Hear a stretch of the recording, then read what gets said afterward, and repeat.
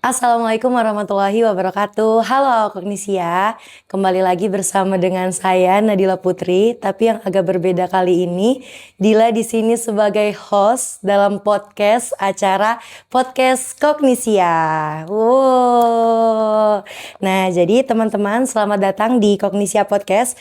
Pernah nggak sih kalian bertanya-tanya kenapa seseorang, khususnya mahasiswa, bisa terjerumus ke dalam lingkungan penyalahgunaan narkotika?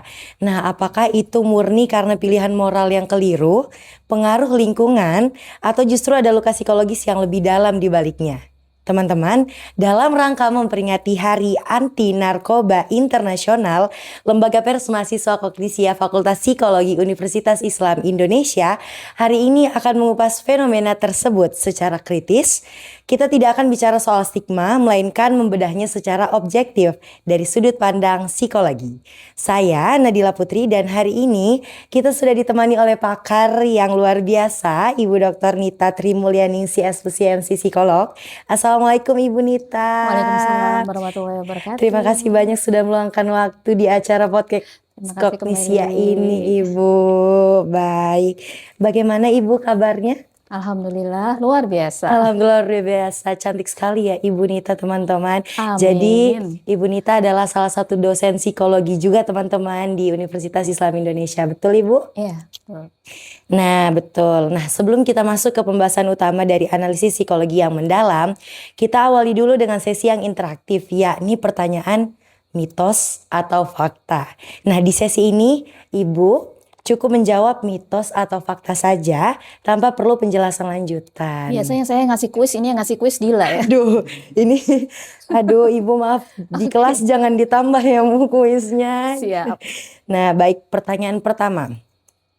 Mitos atau fakta Bu, kalau narkotika kerjanya membajak rasa bahagia dalam otak? Fakta. Fakta. Oke, lanjut pertanyaan kedua.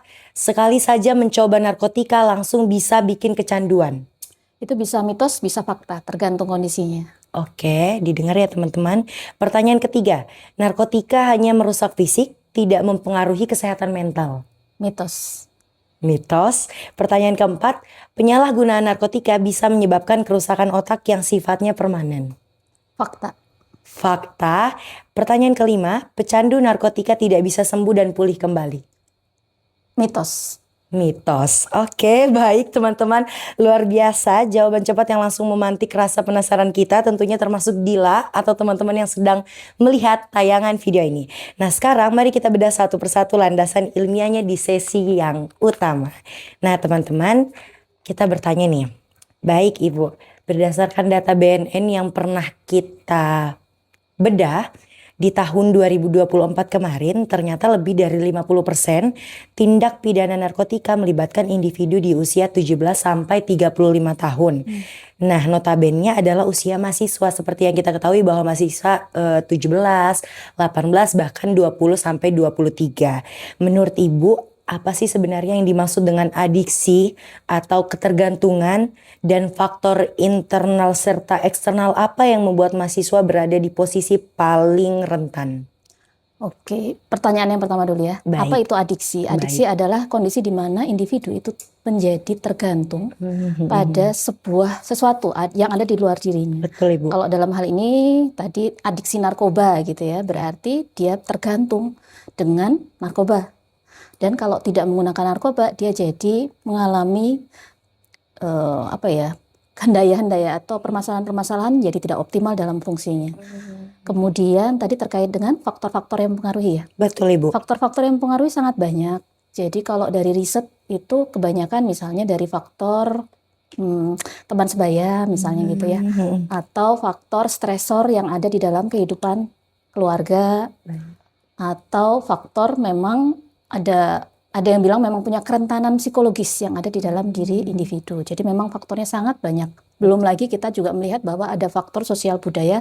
Kayak misalnya saat ini memang lingkungan kita kan sangat menekan misalnya gitu ya. Betul, Ibu. Kondisi-kondisi yang membuat kita nggak nyaman itu juga secara tidak langsung pasti akan berpengaruh terhadap kondisi psikologis individu yang pada akhirnya membuat kerentanan kepada narkoba menjadi meningkat.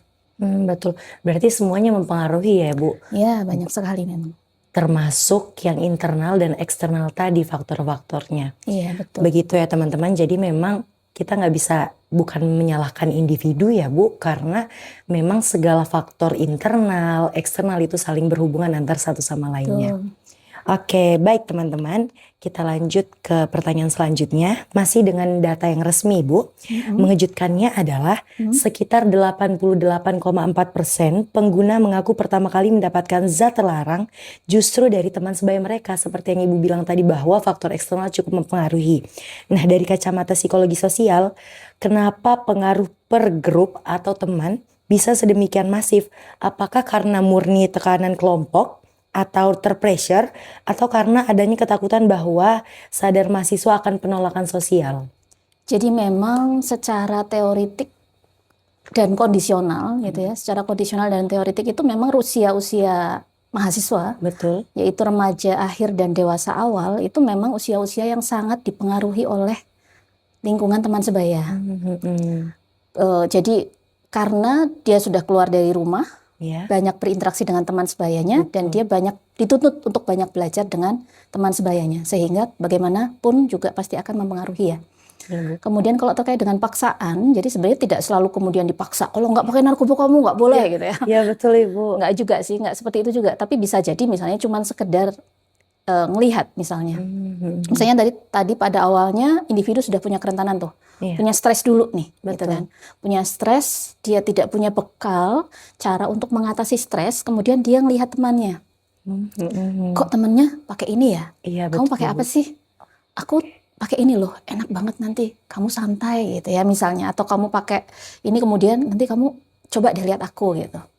Terus dia ngelihat, oh ternyata bisa ya, aku mau coba dong gitu. Jadi itu bisa jadi keinginan sendiri karena ngelihat ada contoh yang baik atau kurang baik. Contoh yang baik karena bisa memberikan efek pada dirinya gitu ya, tapi sebenarnya tidak baik secara efeknya di belakang gitu ya. Kemudian kalau zaman sekarang itu kan katanya namanya FOMO gitu ya, Iya, fear betul of Ibu. missing out, nggak mau ketinggalan dengan yang ada, tren yang ada. Betul. Kok teman-temanku ada yang pakai ya misalnya gitu. Ada yang sukanya minum-minuman ini ya, jadinya kemudian mereka ikut-ikutan misalnya gitu. Dan jadi itu juga termasuk salah satu efek teman sebaya tadi. Atau bisa juga misalnya pandangan bahwa kayak misalnya perempuan yang cantik adalah yang berkulit putih. Nah ini sama juga nih, anak yang keren di lingkungan adalah anak yang pakai narkoba misalnya. Kalau misalnya itu muncul ada, berarti itu juga bisa menyebabkan seseorang itu menggunakan narkoba. Jadi memang tidak selalu dipaksa sih sebenarnya gitu ya. Ada banyak faktor yang bisa jadi justru karena memang individu itu tidak memiliki pegangan yang kuat dan tidak tahu gitu ya bagaimana harus menyikapi dengan baik terhadap narkoba ini. Betul. Gitu. Berarti sangat berpengaruh misalnya kita sudah punya pegangan sendiri ya Bu. Jadi sehingga kalau misalnya ada teman yang memang memaksa secara tidak langsung, sama dengan halnya kamu kalau nggak merokok nggak cowok, kayak gitu ya Bu. Ya, Kan banyak banget ya sekarang mahasiswa yang ngomong kalau misalnya kamu kalau mau jadi cowok ya harus merokok, kalau di tongkrongan kita ya harus merokok, sama halnya seperti itu. Tapi kalau misalnya dari mahasiswanya sendiri nggak mau teman-teman, ya berarti nggak bakal bisa ya kan Bu. ya. Begitu teman-teman. Nah selanjutnya Bu, kita mau ngebahas tentang yang FOMO-FOMO juga. Jadi ada namanya vape Bu. Dila juga maksudnya kurang tahu, tapi ada salah satu produk namanya vape. Nah fenomena vape dan zat adiktif belakangan ini sering diklaim mahasiswa sebagai coping mechanism atas stres kuliah. Banyak yang bilang kayak gitu Bu. Jadi ya aku nge-vape karena stres kuliah ya, karena capek, dengan alasan seperti itu. Dari kacamata psikologi, apakah pelarian ini merupakan bentuk distorsi kognitif atau pembelaan semu, dan bagaimana ketergantungan tersebut secara nyata merusak fungsi kognitif mereka dalam jangka panjang? Oke, vape itu kan sebenarnya kandungannya nikotin ya. Iya betul. Jadi nikotin itu sebenarnya kalau tadi kita ngomongin narkoba gitu, narkoba itu adalah zat adiktif, zat yang bisa membuat individu itu menjadi tergantung kepada dia ya. Tadi kita ngomongin ketergantungan, dan narkoba itu adalah zat yang membuat seseorang itu tergantung kepada dia, narkobanya. Sementara sebenarnya narkoba itu tidak sendirian, ada yang namanya napsa. Napsa itu istilah dari apa? Narkotik dan obat-obatan dan zat adiktif lainnya. Nah, sebenarnya di sini kopi, kemudian rokok, dan sebenarnya mungkin saat ini harusnya gitu ya, vape itu sudah masuk ke dalam zat adiktif lainnya itu karena bagaimanapun juga dia menjadi meningkatkan kecenderungan untuk tergantung kepada vape. Betul. Berarti kalau misalnya bisa kita bilang bahasa ininya lah Bu, hampir sama ya seperti narkoba karena secara tidak langsung memang vape ini membuat ketergantungan. Ya, kalau membuat efek ketergantungan, iya betul. Jadi meskipun mungkin efeknya tidak secepat rokok, gitu ya. Kalau tidak secepat rokok, tidak secepat narkoba. Kalau narkoba kan efeknya sangat cepat ya, karena dia betul. efeknya ke obat dan penggunaannya juga sangat kuat gitu. Kalau rokok mungkin tidak terasa karena kecil dan ada juga lingkungan masyarakat kita sendiri juga menghalalkan gitu kan, Baik. menghalalkan dan mengizinkan rokok gitu, dan sangat susah untuk bilang rokok itu dilarang.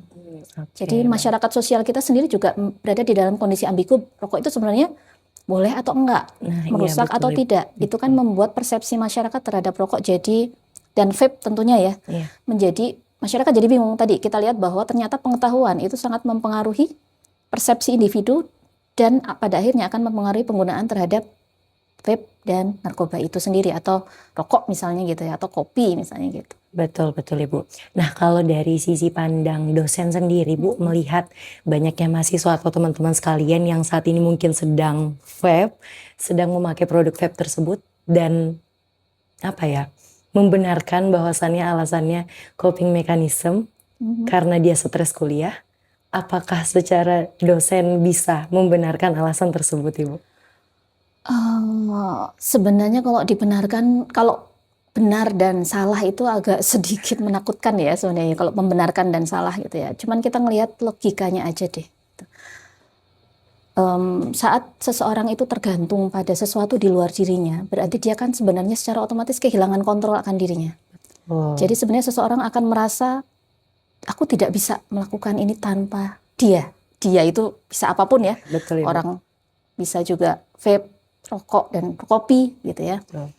Sehingga itu mempengaruhi performanya saat tidak ada vape, Oh, mempengaruhi performanya saat tidak ada rokok. Nah, sebenarnya kalau dilihat secara idealnya, tentu saja yang paling ideal adalah individu itu tidak mengandalkan yang lain hal tadi, tersebut. dan akan sangat bagus jika individu mampu mengandalkan dirinya sendiri. Kalau di dalam Islam nanti pendekatannya harusnya malah mengandalkan Allah gitu ya, Iya, untuk betul. tenang. Betul. Mengingat kalau di dalam Islam itu kan ada ingatlah Allah maka engkau tenang. Jadi nggak usah pakai vape-vape segala gitu ya. Secara teori cuman kok gitu ya. Ternyata akhirnya orang pakai vape, pakai rokok yang kalau aku nggak rokok nih, Nggak aku nggak bisa mikir nih gitu kan. Vape mau tak ambil ya? Nggak boleh, jangan, aku nggak bisa mikir nanti gitu. Betul. Dan akhirnya ya sebenarnya kalau mau dibilang itu jadi mirip seperti apa ya, Tuhan kedua juga bisa jadi ya jadinya ya, karena akhirnya mengandalkan membutuhkan, itu gitu ya. betul Ibu. Seperti itu. Jadi sangat riskan sih sebenarnya, mengarahkan pada kerentanan yang malah justru jadi semakin lemah gitu ya, secara Iya, kontrol terhadap betul. diri sendiri. Betul Gitu. Ibu. Makanya mungkin apalagi ya sebenarnya Bu, Dila mungkin dari desa tiba-tiba datang ke kota dengan banyaknya pergaulan mahasiswa yang zaman sekarang itu mereka malah aneh Bu kalau misalnya ada perempuan atau ada laki-laki yang ibaratnya sesama mahasiswa tuh nggak merokok atau nggak nge-vape. Sekarang zamannya kayak gitu Bu. Ini kita buka-bukaan aja sama dosen ya teman-teman. Nah, itu yang buat kita rasanya sebagai mungkin yang baik-baik saja mengandalkan diri sendiri. Agak gimana ya ketika melihat perilaku teman-teman, oh ternyata, dan ketika ditanya Bu, kenapa sih harus merokok? Ya karena kalau nggak merokok aku nggak bisa. Ya karena kalau nggak merokok pikiranku nggak bakal terbuka. Kayak gitu Bu, itu yang masih menjadi mungkin PR juga ya bagi kami sebagai teman sebaya, teman-teman. Jadi memang lingkungan tuh sangat berpengaruh. Seperti itu. Nah, selanjutnya ini Bu, pertanyaannya adalah, kita tahu hampir setiap kampus memiliki layanan bimbingan konseling dan rutin mengadakan penyuluhan, tapi data nasional tetap naik. Menurut analisis Ibu sendiri, apakah program pencegahan kita selama ini belum menyentuh akar masalah karena pendekatan masyarakat kita yang cenderung masih menghukum dan memberi stigma daripada mencoba memahami kondisi psikologis korban? Lalu menurut Ibu, strategi pencegahan seperti apa yang benar-benar terbukti efektif bagi mahasiswa itu sendiri? Nah, ini jebakan ini. Ini jebakan Batman. Kenapa? Karena tadi ditanyakan bahwa apakah kita perlu memahami mereka gitu Iya, ya. Memang di dalam pendekatan psikologi sendiri itu kan sebenarnya menuntut adanya penerimaan gitu ya, penerimaan total kepada individu. betul Ibu. Seakan-akan kalau diterima maka dia akan menjadi baik-baik saja. Betul. Padahal ya nggak bisa kayak gitu ya. Kalau Iya, kita, apalagi kalau kita jadi seorang yang Muslim gitu ya. betul. Nah, akhirnya tadi kenapa sih sebenarnya Bu pusat-pusat konseling atau intervensi-intervensi yang ada tidak efektif? Kalau dikatakan tidak efektif itu sebenarnya juga tidak benar juga secara begini. Prinsipnya itu adalah kalau di dalam klinis itu ya sebenarnya sekecil apapun kemajuannya itu pasti tetap akan bisa dianggap sebagai efektivitas. Oh, Kalaupun misalnya ya pada level individu satu orang itu bisa mengatasi, itu akan tetap dianggap efektif walaupun mungkin belum mampu untuk mengatasi pada level masyarakat misalnya gitu. betul Ibu. Jadi kalau dikatakan tidak efektif, mungkin efektif, tapi belum bersifat masif, belum mengarah pada konteks yang lebih lebar dan lebih luas misalnya gitu, dan pada akhirnya belum bisa bisa mencegah munculnya lagi kasus ini. Kenapa? Karena pada realitasnya kemarin misalnya ada kasus kan polisi ternyata juga pada akhirnya misalnya narkoba itu harusnya disita oleh polisi, ternyata Tapi polisi dia juga malah menggunakan. dia gunakan untuk Betul. dijual kembali. Betul Berarti Ibu. secara sistem memang tidak mendukung, belum mendukung ya saat ini ya di Indonesia memang secara sistem belum mendukung. Kemudian itu membuat kerentanan di mahasiswa juga jadi meningkat karena banyaknya distribusi, kemudian dari internal kita juga tadi akar masalahnya betul kok dikatakan akar masalahnya belum terpegang. Betul. Kenapa? Karena akar masalahnya banyak sekali gitu ya. Akar masalahnya ada di mana-mana. Jadi memang yang perlu diperhatikan oleh banyak pihak saat ini mungkin ya tiap orang kan sebenarnya punya peran di setiap ranah masing-masing. Iya, betul Nah, Bu. mereka mungkin bisa memberikan peran pada ranahnya masing-masing untuk mencari akar masalah pada ranah dan levelnya masing-masing. Misalnya tadi sistem polisi, ya berarti yang diperbaiki di polisinya. Nah, Iya. kalau yang di kampus, kalau yang kita ngomongin mahasiswa ya, di kampus ini kalau tadi intervensi yang diberikan itu kan rata-rata memang teman sebaya, misalnya gitu ya, pendekatan individual atau pendekatan peer support group misalnya gitu Iya, ya. betul Ibu. Yang akhirnya kalau kita di Islam itu melihat bahwa itu adalah intervensi pada tataran gejala sebenarnya.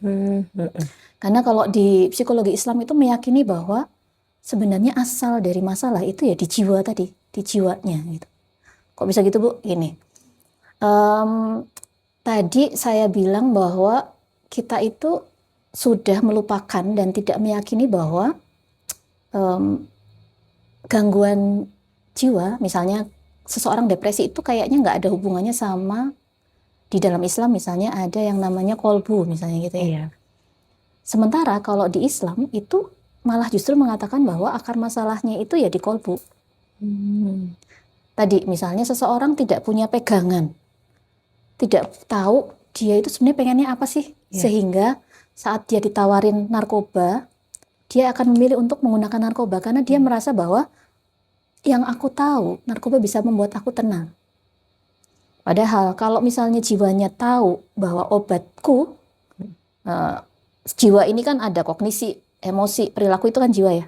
Obatku itu bukan hanya narkoba, tetapi obatku adalah ya misalnya ibadah, misalnya gitu ya, atau menenangkan diri saja, aku pun bisa kontrol dirinya sudah terbentuk karena misalnya didikan orang tua sudah mendidik dia untuk tenang misalnya gitu, sehingga dia bisa mendapatkan ketenangan tanpa harus intervensi yang level-level di level-level permukaan tadi mungkin akan lebih menyasar. Jadi pendidikan kita mungkin perlu diperluas gitu ya, maksudnya diperluas itu diperdalam juga terkait dengan pendidikan untuk memperkuat kolbunya, memperkuat jiwanya gitu, sehingga mampu untuk membentengi mahasiswa secara keseluruhan dari narkoba itu. Nah, jadi selain tadi ada intervensi yang individual dari kemahasiswaan, yang tadi sudah efektif, tapi itu kan sudah mengobati nih berarti orang rata-rata sudah kena, sudah tersentuh. Iya.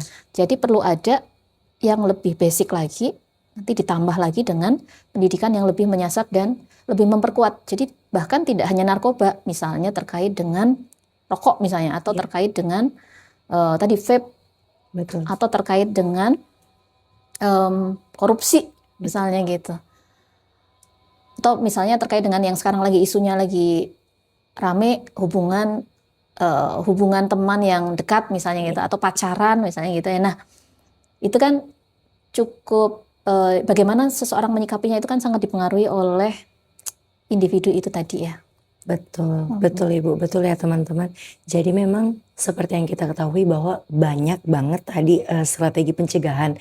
Namun kalau misalnya dari pendidikan yang belum secara menyeluruh, secara merata, bahwa ada pendidikan yang lebih memperkuat lagi dirinya, mengenal dengan kolbunya, mengenal dengan dirinya seperti apa, bahkan akan susah ya Bu. Nah alhamdulillah teman-teman, saya rasakan di Universitas Islam Indonesia sendiri Bu, maupun di psikologi, fakultas psikologi, saya merasa bahwa untuk memperkuat diri dan mengenal kolbu juga diri sendiri itu cukup alhamdulillah ya Bu gitu.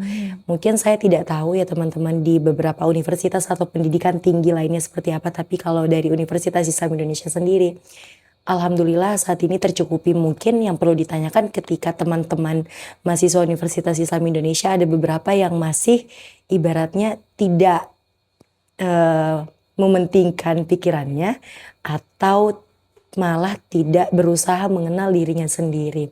Nah betul Ibu, pembahasan yang betul-betul padat dan membuka mata kita semua secara jernih. Sebelum sesi interaktif ini kita sudahi Ibu, kita berikan permohonan kepada Ibu Nita memberikan satu closing statement singkat sebagai rangkuman pesan untuk teman-teman dan awak Kognisia di luar sana. Oke, pesan ya untuk teman-teman yang ada yang lagi pemirsa ini ya, jadi pemirsa gitu ya. Tadi dari sisi bahwa narkoba ataupun zat adiktif lainnya itu pada intinya mereka akan mengganggu fungsi Anda sebagai manusia pelan-pelan gitu ya. Meskipun dia memberi Anda ketenangan, tapi itu instan. Itu membuat Anda tergantung, membuat Anda jadi tidak mempercayai diri Anda sendiri, bahwa Anda mampu untuk menenangkan diri Anda sendiri, Anda mampu mengoptimalkan kondisi kognisi kita sendiri gitu ya. Dan akhirnya kalau misalnya daripada seperti itu gitu, ayo kita perkuat kondisi kita gitu ya. Sebenarnya kita punya modal kok, kita punya sumber daya yang luar biasa, yaitu agama gitu ya.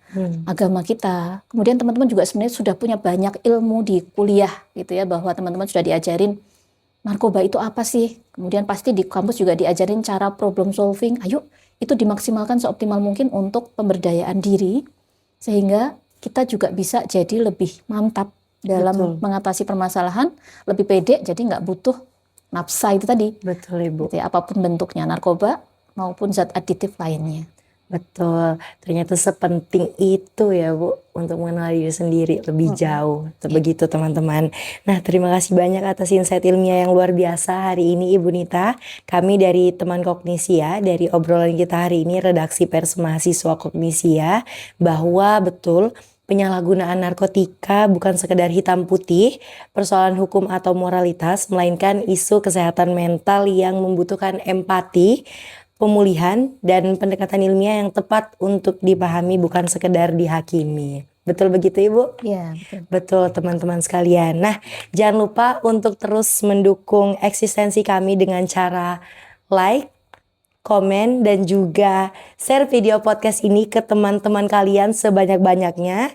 Karena teman-teman, salah satu bentuk dukungan teman-teman semua awak Kognisia dengan cara like, kemudian komen, and share adalah cara bagaimana kita sebagai lembaga pers mahasiswa Fakultas Psikologi Universitas Islam Indonesia terus maju, terus bersuara, dan aspiratif, kritis, juga humanis. Sebelum kita akhiri, saya ingin memberikan beberapa kenangan manis untuk Ibu. Ini adalah beberapa merchandise dari kami Ibu. Kamu juga ada kenangan manis loh padahal. kenangan manis. Jangan dong, jangan menyanyi di sini. Ibu izin ini ada merchandise dari terima kasih. Kognisia. Boleh dibuka ini ya? Boleh Semuanya sekali, saya Bu. buka ini satu-satu ini. Boleh, di review juga boleh, Ibu. Kalau di review nggak berani nanti Nanti masuk aspirasi, masuk teman-teman. aspirasi. Oke. Kognisia, aspiratif, kritis, humanis. Oh, Yeay. Kognisia banget. Kemudian ada apa nih? Selain tumbler ada Stiker. oh stiker. Oke. Lucu kan, Ibu? Ya, siapa yang bikin ini? Teman-teman dari Pupdaf, teman-teman dari Pupdaf Kognisia. Bikinan sendiri berarti ya? Bikinan sendiri, Ternyata Ibu. selain kreatif membuat berita dan media, bikin stiker juga. Kognitif, menginspirasi Kognisia. Menginspirasi. Oke, ini ada stiker lagi ya, dan ada gantungan kunci. Betul, Ibu. Banyak sekali. Terima Iya. kasih. Semoga menjadi kenangan-kenangan yang manis untuk Ibu di Kognisia ya, Ibu. Kami tunggu Insya Allah. semangat-semangatnya untuk Terima Kognisia. kasih banyak. Boleh nggak, Bu, satu harapannya untuk Kognisia? Harapannya untuk Kognisia semakin maju, semakin aspiratif, semakin kritis, semakin humanis, dan semakin psikologis. Beri aplaus dong teman-teman untuk Ibu Nita. Yeay. Satu lagi kenang-kenangan dari kami, Ibu izin kami mengucapkan terima kasih karena Ibu sudah berkenan menjadi narasumber kami dalam podcast First ini, Ibu. Terima kasih. Sertifikat. Yes, apresiasi. betul. Terima kasih teman-teman semua. Yeay, terima kasih Terima kasih Bu. banyak. Senang sekali rasanya bisa membersamai dalam acara podcast yang pertama kali ini. Harapannya teman-teman podcast kita tetap berlanjut. Jadi jangan lupa untuk like, subscribe. Nah, jadi saya Nadila Putri mengucapkan terima kasih. Wassalamualaikum warahmatullahi wabarakatuh. Terima kasih teman-teman Kognisia. Dadah.